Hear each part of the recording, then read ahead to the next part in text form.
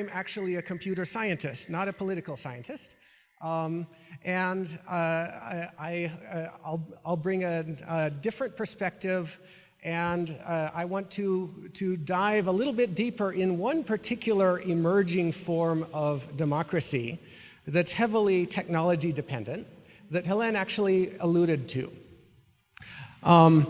And I think there's a huge amount of promise in this emerging form of democracy, although it has a long way to go before it's really ready to rely on. So I'll say that up front.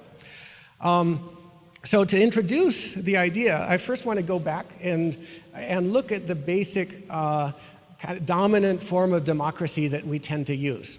And I have to apologize, being a computer scientist, I'm going to have to subject you to a couple computer science concepts, but I will try to do it gently, namely scalability and information compression. But don't be too scared, don't run out just yet. So I'll try to be gentle if you're not familiar with these concepts. So if we look at a representative democracy, the basic idea is we have a lot of citizens, voters, who elect a small number of representatives to represent them.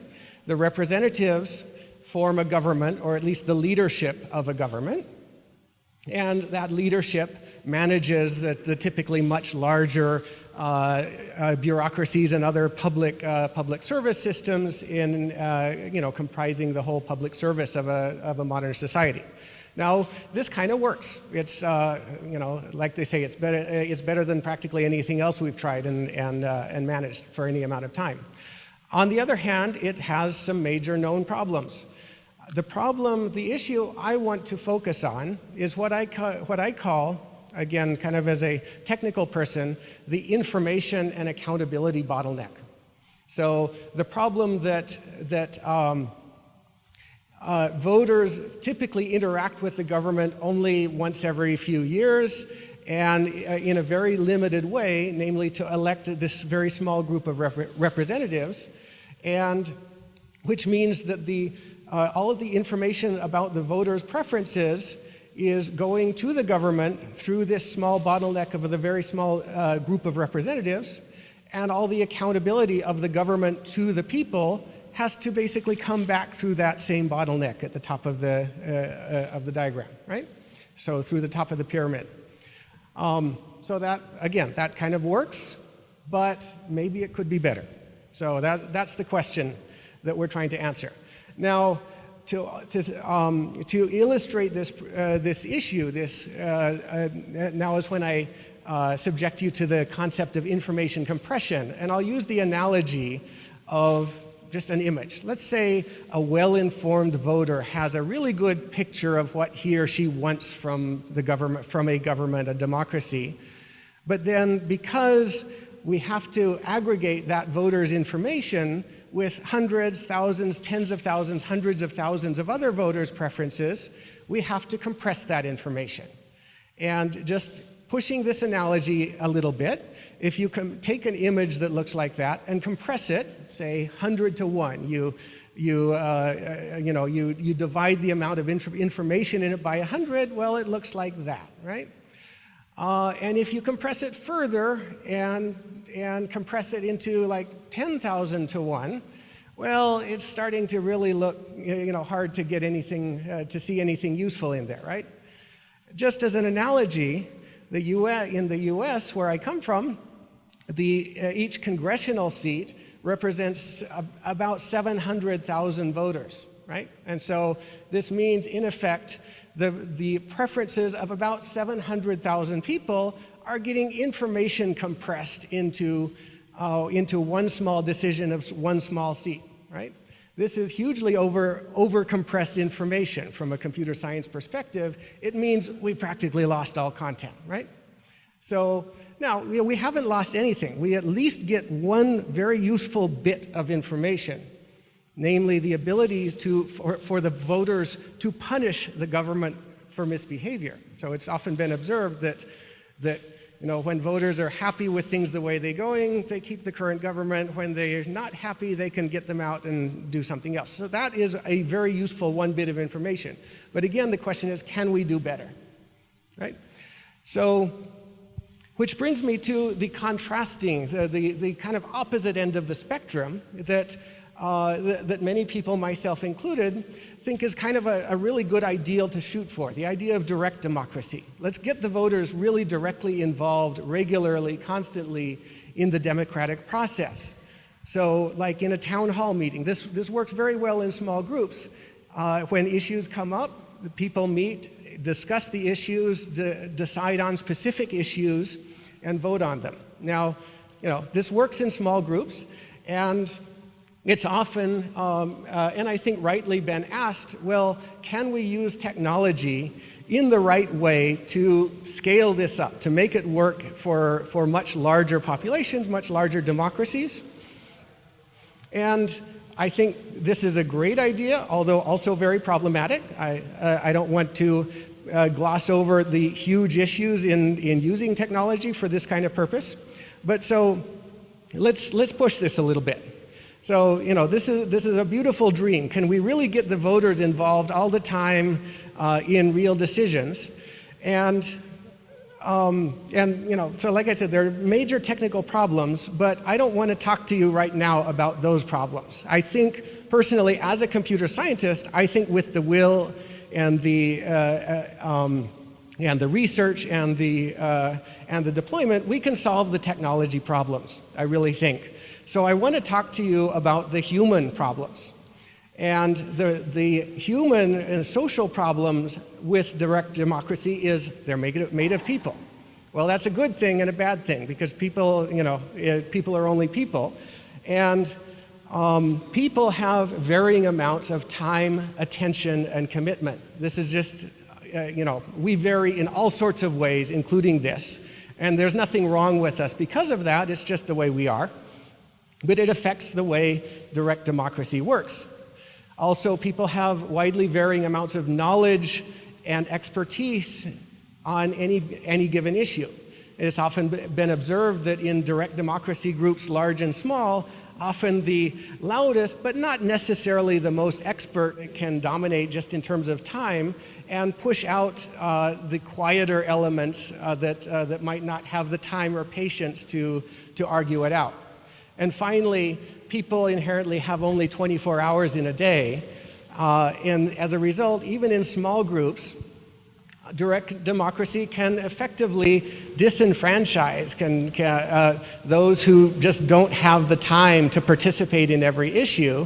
Their vote gets lost, and often the people with not so much time often are the most sought after experts in this or that topic, right? And in a sense, they're often the ones we would most like to keep participating, right? So can we? So ultimately, this boils down to the problem that the direct democracy really doesn't scale, and this is where I want to dive into the notion of scalability a little bit more. So this is a graph of about 100 countries with population on the x-axis and the number of people in the public sector workforce on the y-axis. And I'm using this as a very loose, rough proxy for the amount of governance work that apparently needs to be done to keep a modern society running, right? The only important point here is, regardless of whether we're talking about a big government country or a small government country or any country, the line is pretty straight. It makes a pretty straight line, which means effectively the amount of governance work, the amount of governance issues to deal with one way or another grows proportionally. This creates what we call a scalability challenge, where in a small group of 20 participants who might have 10 issues to discuss, well, that's manageable. Everybody can discuss those issues and deal with them. If we try to scale that up so that there are 20 million participants, say the size of a country like Chile, we're probably going to have on the order of 10 million issues to discuss or to deal with one way or another, and that's just never going to work in a pure democratic fashion. Of course, we don't necessarily need, that's a naive way to do it. We don't need really pure direct democracy, and many approximations already exist, including the country I moved to just recently, Switzerland, which has put a form of direct democracy into effect for hundreds of years now. But Switzerland is a small country. Most voting is done in even smaller units, and most government is still a mostly representative system with direct democracy as part of it. So, which brings me to the main point, the emerging paradigm that I think is really exciting and worth exploring further, which goes by different terms, such as the two most common are delegative or liquid democracy.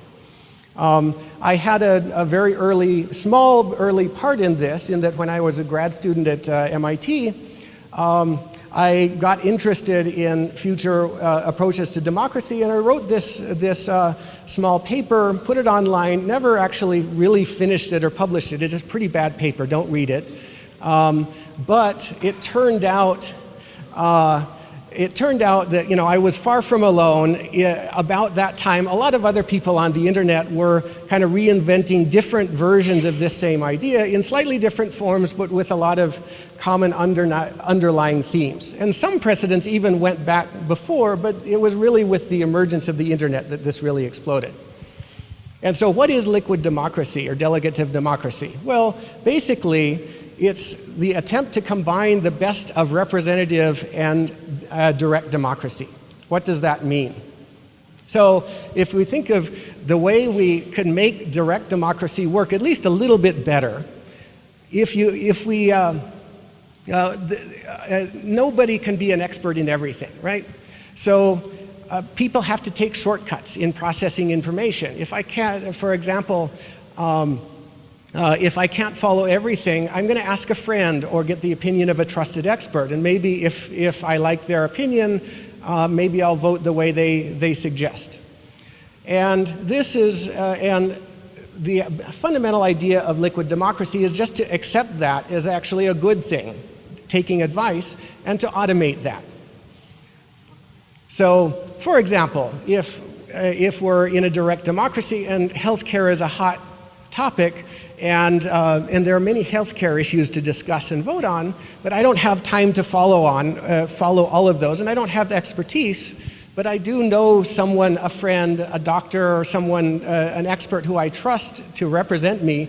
I can basically delegate my vote to them. I can say, okay, I'm going to vote their way until I decide otherwise. It's my choice who to delegate to and how long to delegate, completely my choice, so individual choice, and I can vote myself at any time too, right? So this has several very important advantages, this concept. So first of all, on different topics, I can delegate to different experts. So in representative democracy, an important kind of weakness is the representatives effectively have to be jacks of all trades, to use a standard English term. They have to be generalists and kind of try to understand everything. But nobody can understand everything, so representatives kind of have to specialize in politics instead of specializing any of the particular topics that they have to make policy for. Liquid democracy allows voters to delegate in different issues to different people who are at least more expert than they are in those particular issues. It also increases choice. So, like I said, I don't have to delegate to one of a very small number of candidates that have passed the high thresholds of a particular system. I can delegate to anyone I trust to represent me. Your choice is limited only by the people that you know. And finally, going back to the pyramid diagram I mentioned before with the information and accountability bottleneck, this, I believe, solves that because it allows us allows voters to delegate to more specialized, more lower level representatives that can have much deeper, richer interactions with government than in traditional representative democracy. So that's the theory.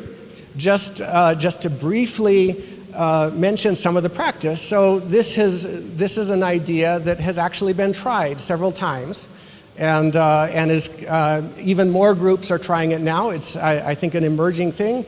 The biggest trial so far has been by the German Pirate Party in the late 2000s, and they built a system called liquid feedback, and we're using it for several years with some success, some challenges. We learned a ton from this experience, and we need more experiments like this. I won't get into the details, but then more recently, another effort from a group in Argentina built another system called Democracy OS. And more efforts like this are continuing, and these are incredibly important to explore this space. Now, this isn't all good. Can something, this sounds great, what can go wrong? Well, a lot can go wrong, I guarantee. So there are important risks and weaknesses with this model that we also have to recognize. I don't have time to talk about those now. I'll be talking about them in a longer session in a separate event later this afternoon. But I think we can solve those issues with the right effort and the right combination of technology and community efforts. So, in conclusion, liquid democracy is an emerging new approach to participation that basically gives voters individual choice of whether to participate a little or a lot in a given topic, which topics to follow and vote on directly, and whose advice to trust. And basically, it's a tool that in principle, allows us to make democracy scale.